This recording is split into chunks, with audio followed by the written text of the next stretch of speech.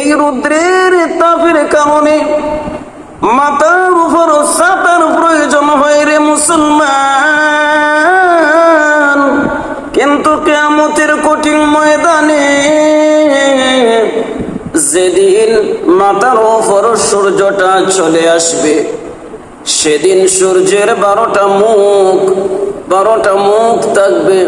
12টা মুখ দিয়া সূর্যের তাপ বাহির হবে।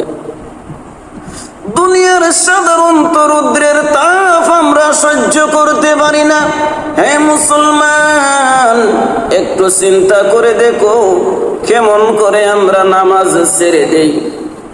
আপনি আমি যদি 5 ওয়াক্ত নামাজ আদায় না করি, কিয়ামতের কঠিন ময়দানে সূর্যের তাপে আমাদের মাথার মগজ বটবট করে ফুরতে থাকবে।